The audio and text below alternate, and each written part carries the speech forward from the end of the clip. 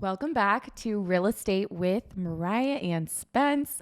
Thank you for tuning in today. It is our second ever episode where we are in our home instead of in the studio anymore. And today we're going to talk about a few different things. So first off, we wanted to talk about something a little bit more local. So we were going to touch on some happy hours in Salem, just share a few local businesses. Who doesn't love happy hour? Who doesn't love a good happy hour? These are, I think, just great restaurants to check out anyway. Yeah. And then we can just chat, I guess, about what's going on in real estate, and we'll finish off with some questions, viewer questions. Well, it's really exciting coming out of like COVID and stuff. Yeah. 2020, 2022. I don't even know if I should say that on videos, but we're done with it. Yeah. I'm done with it. You're done with it. A lot of our clients are done with it. And it's like such a good, refreshing breath of air. Like seriously, the last like month and a half, 2 months, when you and I have been going outside, especially Friday, Saturday nights. But what I've been noticing is through the week, seeing so many people downtown in just on lunch dates, those type of things. Yeah. And these are business settings as well. So that tells me that money is being spent, which is good for our economy. But people are enjoying going out and getting out of their bubble and creating opportunity, whether it's for themselves or just with their family. They want to see each other more. Right. And that's why I kind of wanted to touch and you on this happy hour menu. Whether you're a drinker, whether you're an eater. I'm an eater. I'm an eater I'm too. a big eater. And usually it's like the chicken wings that Ooh. they get me going. It's more about the ranch too, though. Ooh, I hate chicken wings. Like, I love food, but wings are not it. But one thing that I love about Salem, so just a little background if you're new here, we work with a lot of relocation clients, basically people who are moving to our area from all over. So that's something as real estate agents that has really given me I guess more of a appreciation of our area, because I get to watch all these people who are moving here from other places. I get to watch their excitement for our area, and it kind of gives me a fresh perspective on it, because coming from all these places, they're like, wow, this is awesome. And I've lived here my whole life. But one thing that I really love about Salem is that, especially the downtown area, Salem, obviously we know it might not be the largest town, but there's a good amount of like small businesses that are restaurants, like locally owned restaurants, I guess is what I'm trying to say. Not chains. Like, we obviously have those too, but compared to a lot of other towns that don't have that, we actually have at least like a decent amount of locally owned, really great, in my opinion, restaurants. Seriously, and really I love great. Food, and I love supporting local businesses. The only thing I wish there'd be more of, because everybody loves Hispanic food, everybody loves the traditional American style food, but I wish there was more like different Mediterranean dishes. Oh, yeah. We have that one. We have one that I know of. If you know of more Mediterranean restaurants, please let me know. There's food carts that are like Mediterranean, which is cool. But if you want to sit and dine, there's a different experience with food carts and the sit and dine environment. True. That's very true. I wish we had a little bit more. That's my only thing. We could be a little broader, but it could be worse. It could be worse. Oh, it definitely could be a lot worse. It could be a lot worse. Yeah, no, but you brought up a really cool thing, though, because while I was chaperoning your clients at times when you had other appointments, that's another really cool thing, though, when you are working with Mariah and I, since we are a team, we're putting in 2 agents for the price of 1, okay? Right. So it's like, as you as a buyer's agent using us, it's absolutely free for you in every real estate transaction, because how we get paid is out of that seller's commission. But you really do get 2 agents for the price of 1. So if Mariah's busy, usually she'll say, hey, Spence, can you help me out? And I'm able to help her out most of the times. And so I get to chaperone her clients. I don't have to. I get to, keyword.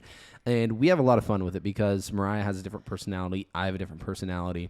And sometimes I've actually ended up clicking better with the client, and I finish the deal with them. There's definitely been times that I've like gotten an out-of-state client, and I'm like, you know what, Spencer, I just feel like you guys would get along a lot better, so you should take this one. And that's nice that, being 2 of us, we can do that, because... But yeah, anyway, what were you? No. What were you saying? What I was saying is I get to hear their stories of where they're from. Usually it's like California, and how their areas just don't have anything that seems this familiar to them. And so when we're walking around, going shopping, or just going over like the dining options, like what's available for them, they're like, oh my gosh. And it's such a fresh perspective to hear that, because you and I, we've grown up here our whole lives. We've lived in Salem, nearby Salem. We haven't moved out of state. This is our home. And so that's why we love bringing the education to you guys, viewing this from online. And you can really get to know Salem just by listening to these videos, because hearing it from one of your clients, multiple clients of yours, they just love the scenery here, for one. Oh, yeah. Because there's That's just a huge thing. Our landscaping, our roadways, our sidewalks, our curb appeal. It's so nice. One thing I noticed, that's not even about restaurants. When I travel, is like the roads going other places, other states and whatnot. Like our roads are really nice. Like we have really nice roads compared to other places. Like just well taken care of. Like we take things for granted. Well, like our side street heading up to our house had potholes going. You know, they were pretty deep potholes, but a lot of them. And I never sent anything to the city. I never talked to the city for them to come out and fix it. Say with like telephone poles, stuff like that. It just gets fixed. The work just gets done. And that just got replaced. We had potholes all filled in the last 2 months. And that's just what the city does. They have people that drive around. They inspect roadways, things that need to be replaced, sidewalks, those type of things. My dad works for the city, by the way, not of Salem, but of Lebanon, Oregon. It's about 35 minutes away from here. But that's how good of a town we get to live in. Yeah. It's it's refreshing. It's true. There's a lot of things that you just don't think of when you've lived here for so long. So speaking of restaurants, I just have to say that they do have a happy hour. I have not been to their happy hour. However, I went last night to dinner with a friend to the Wild Pear. Have I been there? Oh my gosh, no, but we need to go because I think I had the best soup I've ever had in my life. It was so good. Like I'm going to be going back and keep getting this soup consistently until I'm sick of it.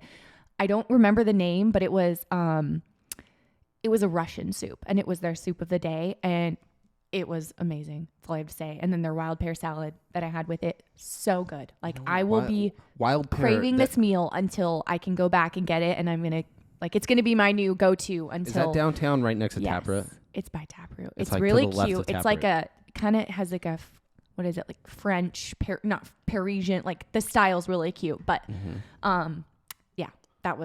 they do have happy hour. So I guess, I can't say from experience because I haven't been there during happy hour, but I would recommend the soup. Okay, so the Wild Pear. Yes. You didn't do their happy hour though, but they had good food. Yes. Okay. Do we have an actual list? I could give you my favorites off the top of my head. Yes. But did you just hold on? Sorry. Did you turn your volume up? Yeah. I don't know what you turned it down for. Yeah. Is that good? Yeah. Is that better? Yeah. Okay. I just kept hearing ringing in our head. Oh, By the way, this show is new to us. So that's why you're hearing Mariah openly talk to me. And we don't edit this. We don't want, the format of this is we just want it to be real, laid back. We don't want it to be edited. So, yeah. Anyway. Okay. That's better though, right? So let's just talk about, our personal favorite happy hours that we like in Salem. Yes. Personal favorites. Mm-hmm. I'm going to start with my number one, and I'm sure this one's high on your list, and it is Rudy Steakhouse. Yes. Every time we used to do our show in station, and then usually on the way home from church or just a midday appointment. Thank you for bringing up the midday clams, because that is my favorite. I'm glad that's the thing. Yeah. Happy hour. It's seriously, so good. No, you get a full bowl of Their clams are and very amazing. well priced, well, and you can split them if you'd like. And then obviously they have happy hour, half off drinks, stuff like that, well drinks.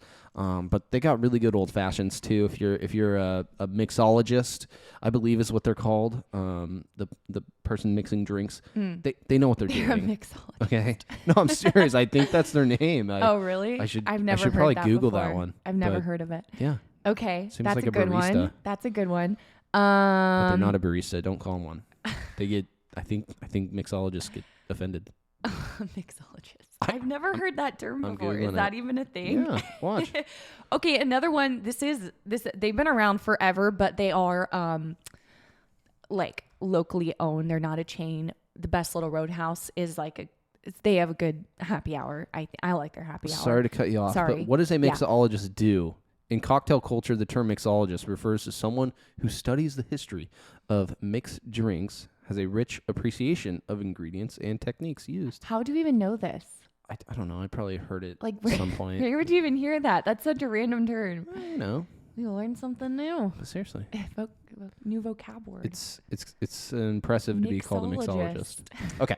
Sorry, I cut you off of that one. So I heard okay. Rudy Steakhouse, obviously, Yeah. because it came from me. Yeah. That one's like my number one. Too. That's one of mine. Just Where would it because come of on those your list, though? clams. Like, a scale of like 1 to 3. Well, that's hard. 5, I can't really 10. number it because it all depends on the mood I'm in. Because Okay. I have to be in the mood to go That there. is true. It definitely has its own vibe. It's obviously gosh, it's a steakhouse. It's more of like an elegant, nice Let's talk about the culture. sit down of dinner. Rudy's, though. They have like their saxophone music playing. It's a great place. I think that's what you and I for love. a date night. Like for us, it's a good place to go and just like, I don't know, you can sit there a long time and talk and plan whatever. I don't know. It's a good place for that, but it just depends on the mood that I'm in as far as atmosphere goes. Yeah. Yeah.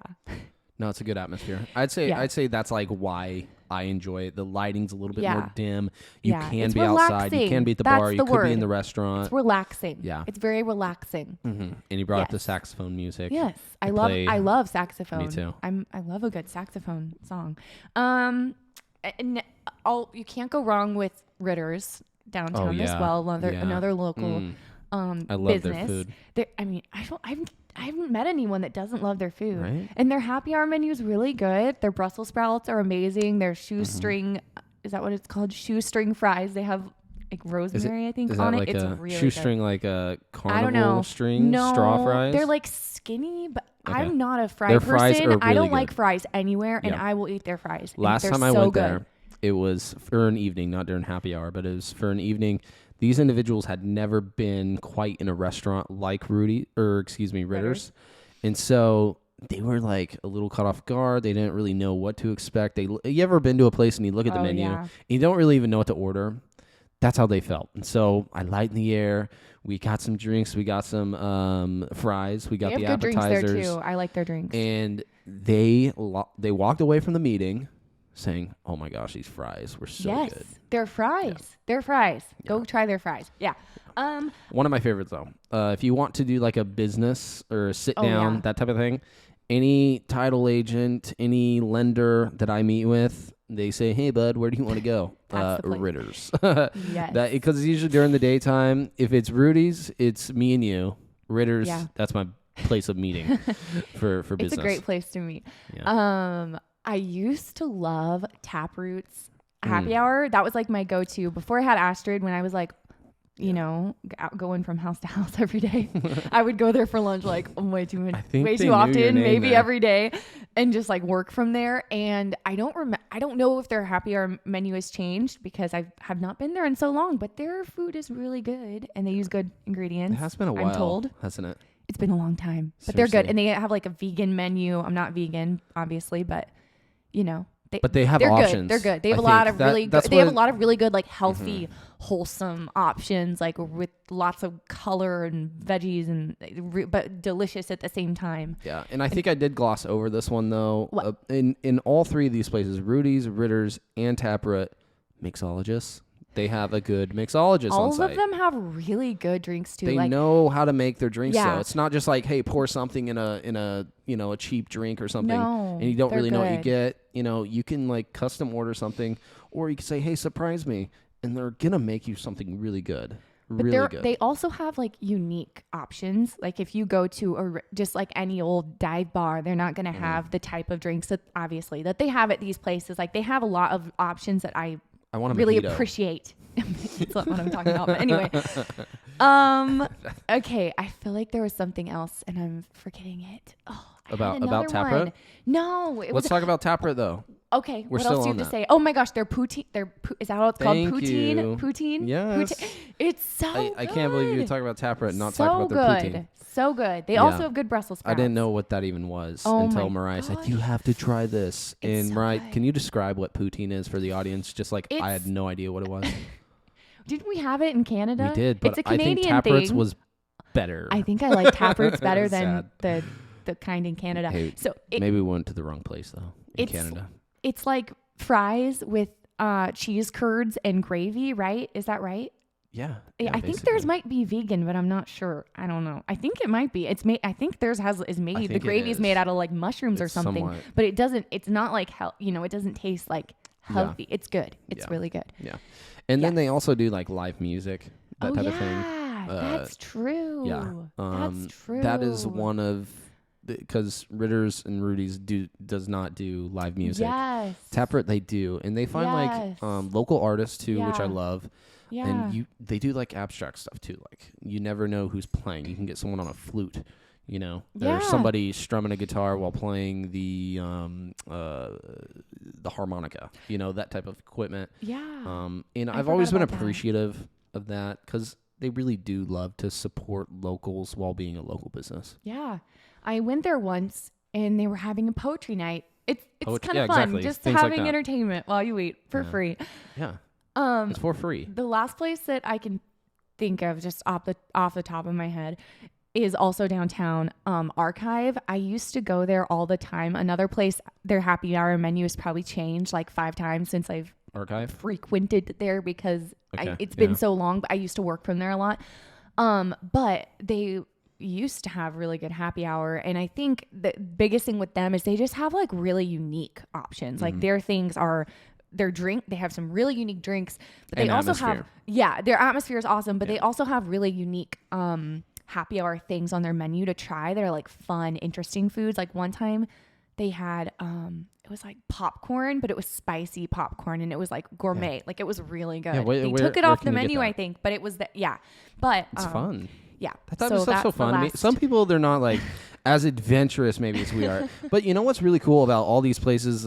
We were only on like 4 places so far. Right. But you can walk to every single one of them if you're downtown Salem. So park your car. It's free parking. You do not have to pay for parking, which I've always loved about that. Like you go to Portland, you go to some other cities. You sometimes go to smaller cities, like even Eugene.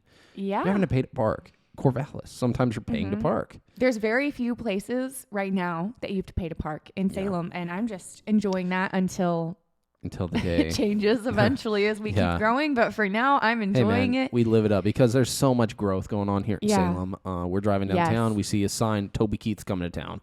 I'm going to sponsor Toby Keith right now. I love him. As soon as we did, it was on Saturday. He's coming to the riverfront. Yeah, the riverfront, July 17th. Yeah, the park. July 17th. Yeah. I don't remember dates usually. I think unless it was 17th, in my calendar. Maybe and 18th. Maybe. Could be. I think there were 2, but you will find me at Toby Keith if you want to say, hey, what's up, Spence and Mariah? We will be in the crowd singing to Toby Keith, and it's going to be a party. It's going to be really fun. He's one of my favorites. I love 90s country. You do love 90s newer country. Stuff's kind of, Will you turn this back up again? Sorry. The headset? Yeah. I know the ringing is just getting to you. Are you good now? Yeah. Better? You hate me, huh? Because the ringing's too loud. Yeah, it's ringing. It's all good.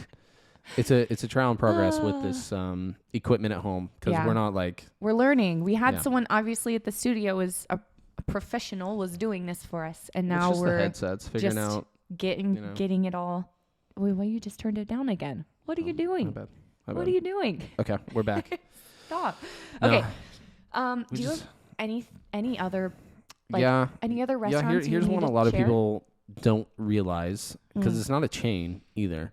Where? Roadhouse. Didn't I? I said that. The best little Roadhouse? Yeah, I said that. No, you didn't. I did, but we didn't talk about it. I just mentioned it. I glossed over. I mentioned it, and then you were like fixing the headphones, so it kind of got my bad. Brushed away. But yeah, let's they're reiterate good. Best Little Roadhouse. Yeah. Tell the audience why maybe you want to go there. I like their happy hour menu, and I don't know. They have good food in general. I don't want to talk about them. I do. So they have $1.50 per rib. So you can do like 6 ribs for, $13, whatever. That's half a rack almost usually. You can do, if you're a wing person, their chicken wings are pretty good. You got 3 different flavors, traditional, barbecue, and this watermelon sauce one that's somewhat spicy. And then on top of that, you can get rolls. And that's what I thought Mariah would have. Oh, the rolls are really good. About. And the honey butter. I love their sweet potatoes. It's kind of like a random thing. Most meals come with sweet potatoes. Their sweet potatoes are delicious. Their portions Maybe are it's great. their butter because they have really good butter and they put a lot of it on their sweet potatoes. Right. And That's there's like nothing wrong with that. That's Everybody like loves what I go there for is their sweet potatoes. But I really like Roadhouse. Best Little Roadhouse. The Yes. one off Commercial Street. There's two of Yes. them. There's one on Lancaster, and the the other one one on on- Lancaster is not affiliated. They're It's they're little. The Little Roadhouse. The one on Commercial Street's the best. Yeah. The other Little one is a Roadhouse. chain. So we're not going to talk about them. We're 'cause not. We're supporting local businesses Exactly. today. And so I just wanted to Yeah. distinguish the two. So Yes. this one's going to be on Commercial Street, Yes. and that's what's important and matters. And it's Yes. kid friendly, family friendly. Yeah. There's a bar section, but for the most part, there's mini golf too. If you just want something to do, you don't even have to eat there. You can just go play some mini golf. Yeah. And I forgot and that waste there's 40 mini minutes. golf. You can just golf while you wait for your food. Yeah. Yeah. No, I there's- forgot about that. that's what I've always liked about it. And the Yeah. atmosphere is just super relaxed, chill, non-formal. Yeah. Hang out. Okay, so before we get into our question portion, which is pretty brief, our last week was our show was like 54 minutes long, almost the an introductory. hour. Yeah, so we'll be trying to not go that long again. But Right. so before we get into the Q&A segment, let's just share. You had an experience with a client Oh yeah. this upcoming week that I feel like is a good story to share. Yeah. Do you want to talk about it? Yeah, I do. Okay. So, how do I say this without disrespecting people? It was a for sale by owner. Well, yeah. Well- but at the same time, so okay. So let's just give you Yes. the full story here. This was a past client of ours. So like last week I talked about, a best friend of ours not using us. Well, this is a past client. So in real estate, this is like one of those like, why didn't she use you? And it's not a big deal, but It's at the not a same big time, deal. people forget about you. So unless your name's all the way in front of them, like they just forget. There's a statistic out there that says, I can't remember what percentage, but it's like the majority of people who just closed on their home to buy it or sell it or whatever said that they would use their agent again. And then the percentage that actually does is like extremely, extremely small. And so that statistic just became relevant and true Yeah. in this scenario. So Yeah. she lists with another agent for 2-3 months. That listing agent did the best he could. I could see what he was doing. He got her under contract actually. And so that's why I'm saying, how could I respectfully talk about Yeah. this? But the problem was they took a contingency deal. And so the contingency meaning the buyer has to sell their house in order to purchase her property, because the purchase is using the funds of the selling property. So the buyer needed to sell their house in order to purchase. More of the story. That never happened. And so I didn't blame him, because in a market like this one, you sometimes can only get what you can get, And this is a unique property on 0.5 acres. There's chickens, rabbits, whatever. But it's a brand new manufactured home built in 2021. Almost 1,900 square feet, brand new well, brand new septic. It's got all the goodies. And it didn't work out with that realtor, with that buyer. So then she goes for sale by owner route, because in the end, she's just trying to save a commission, and I get that. Yeah. Not working out for her. And so randomly, did she call you? I don't even know how. Okay, so randomly she calls Mariah. She talks, tells her the scenario. She says, "Oh my gosh, I'm so sorry for not using you guys. You guys were the best." Tells us all. And we say, "Okay, well, we're gonna come out there on this date. Does this work for you?" She says yes. We end up listing the home that date. I scheduled the photographer that date, and it's live on a Friday. 4 days later, we have an accepted offer, $5,000 over ask price, beautiful loan. The inspections just were performed yesterday, and we're ready to schedule the appraisal and get this guy closed for her. Happened very fast. She can move out of state and pursue her dreams to get to Plan B. Yeah. And that's kind of the moral of the story of this one. And she's just very grateful, happy. She reached out to us, and she said sorry. I was with her for that's a while, awesome. but, I love just getting results is kind of what matters to us. I love That's, seeing results and being able to help sellers get to where they want to get and do it in a timely manner. And that's like what I love, a great though. thing. Like if It's a you're beautiful a thing. real estate agent listening to this, though, Yeah. if you're on that expired listing type of prospecting method, that's why it's so fun to be on that method, because you are always the hero. you're always pursuing a job that wasn't performed by somebody else. Oh, yeah. And yeah, so yeah, you get to yeah. come in, save the day, sell the house for the seller, make them money, get them where they need to be. Yeah, that's true. That's very true. Okay, so before we get into answering viewers' questions, I have a buyer that is looking for basically anything a half acre and over in Salem. It needs to be zoned to where horses are allowed on the property. Might sound like, an easy thing to find, but it's not. There's not a lot. We're low on inventory, and that's a very specific thing. So if anyone listening has a property that they want to sell, let me know. Feel free to reach out in the comments below because we are looking very hard. We're looking everywhere. What area? Anywhere in Salem or surrounding towns would even be okay too. So whatever that means to you. And I'm glad you're actually saying this because I've been seeing quite a few brokers over Facebook, whatever, just saying, hey, I just got my buyer under contract on an off-market property. Yeah, so if you have like an off-market property you're not wanting to list, but technically being for sale by owner, then reach out to us like in this scenario and say, hey, do you have a client wanting a 3-bed, 2-bath? Do you have a client wanting 5 acres? It could have a manufactured home on it. It could have, literally anything. It has to have some sort of dwelling that it can be a complete fixer though. It doesn't have to be like livable and all of that. It just needs something. Yeah. It needs to be with a conventional loan. So it doesn't need to be, okay. Anyway. So let's just get in. We have 3 viewer questions to answer and then we'll wrap it up. Okay. So, cool. If you have any questions for a future show, send them our way. Our contact is in the description. Okay, so this first question was sent in from someone who was a for sale by owner and referring to an agent listing their home. They asked this. They said, why not just bring a buyer? Is it laziness to just look up listings? I'm sorry. Okay, so basically what they're asking is why do realtors not just bring a buyer when someone's for sale by owner is out of laziness? So the realtors have to do less work. No wonder people hate realtors. Just bring a buyer. That's what they said. You want to answer this one? I'll let you answer first. Okay. And then I'll finish it up. Okay. So when I see that question, to me, it just says this person obviously just does not realize how real estate works. There is a listing agent that lists the property for sale, and their job is to represent you as the seller and the owner of the property to market your property out there with their expertise and their resources that they have and that they pay to have. It's their job to market the property to every qualified buyer and every realtor that has a buyer, which is most likely where they're going to come from is the realtor that has the buyer.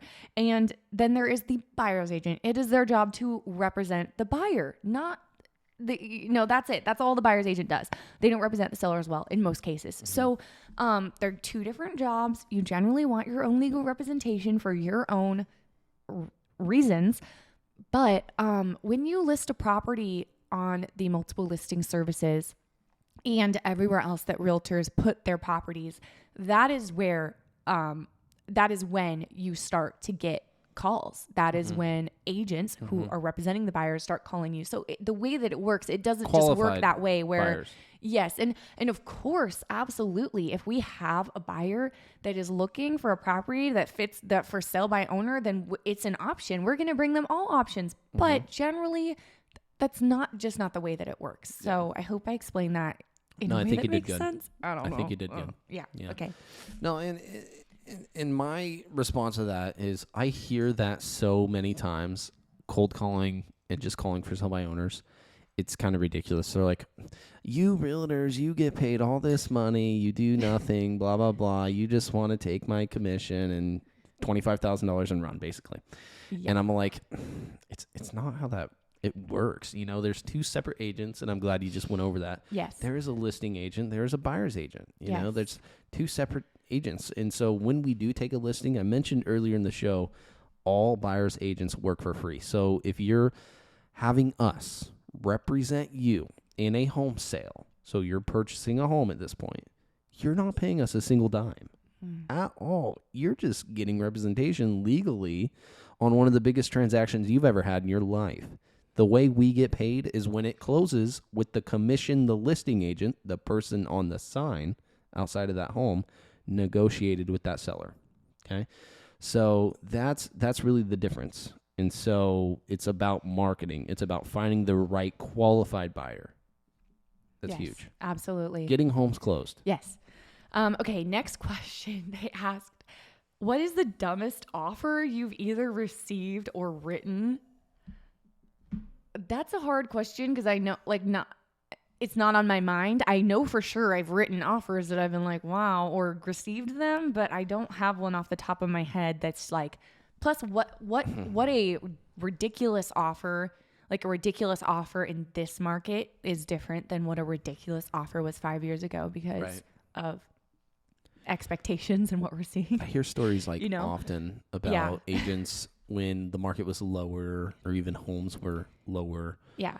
Sales priced, and they'd say, yeah, we'd shoot them an offer like 30,000, 50,000, heck, even 70,000 under ask price. Yeah, I've written and they would offers somehow like that negotiate back in the day. But like some people would take it. They wouldn't even negotiate. They'd say, yep, let's do it. Yeah. I'm like, how could somebody justify that amount of money being lost in a real estate transaction? But I don't know. Every house is different and every circumstance is different, and you just don't know like what the situation is. I don't know. But I mean, I have some crazy stories with tenants not leaving. But can I say a crazy offer that I was written?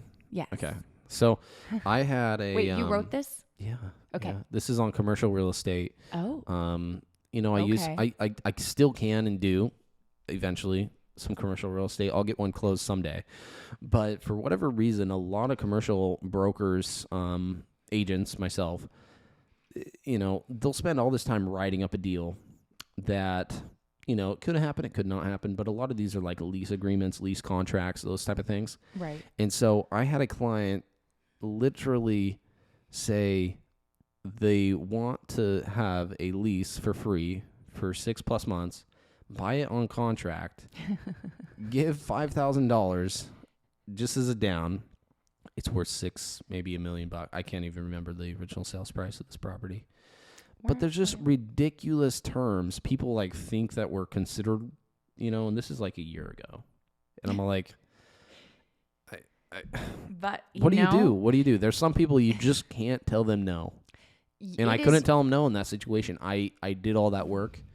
And in commercial properties to write up a letter of intent, if you know what that is. Yes. I left it as an example on my computer for you to look at later, Mariah.